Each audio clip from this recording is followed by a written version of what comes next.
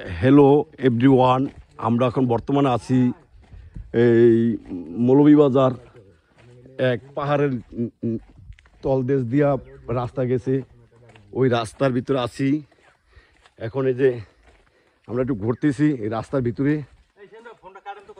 আছি এখন। বর্তমানে আছি এখন শিশির বনলতা গাছের নিচে।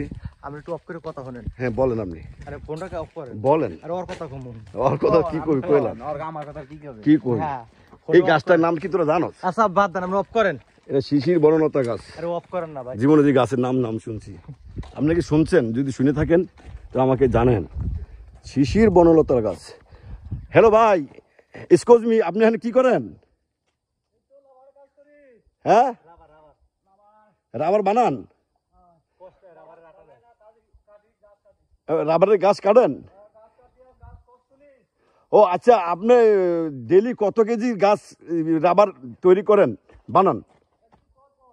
হ্যাঁ, একদিন পর পর কত কেজি হয়? আচ্ছা, আপনি এটা কোন জায়গায় আমদানি করেন, রপ্তানি করেন, বেচা কিনি করেন কোন জায়গায়? হ্যাঁ, বেচেন কোন জায়গায়? ঢাকা পাঠায় দেন? ও এই আপনারা ঢাকা পাঠায় দেন? ও তা কিরম এগুলো দাম কেমন, মানে কিভাবে বেচেন? ও কেজি কেজি 35 টাকা না?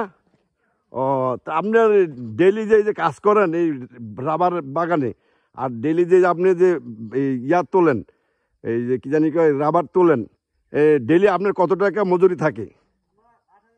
8,000 টাকা। কি আপনার কোম্পানি দেয়? মালিকে দেয়? ও ডেইলি 8,000 না? তাই? ও মাসে? জি, এই যে বাহিরে আছি, আসমু? আচ্ছা ঠিক আছে, আচ্ছা।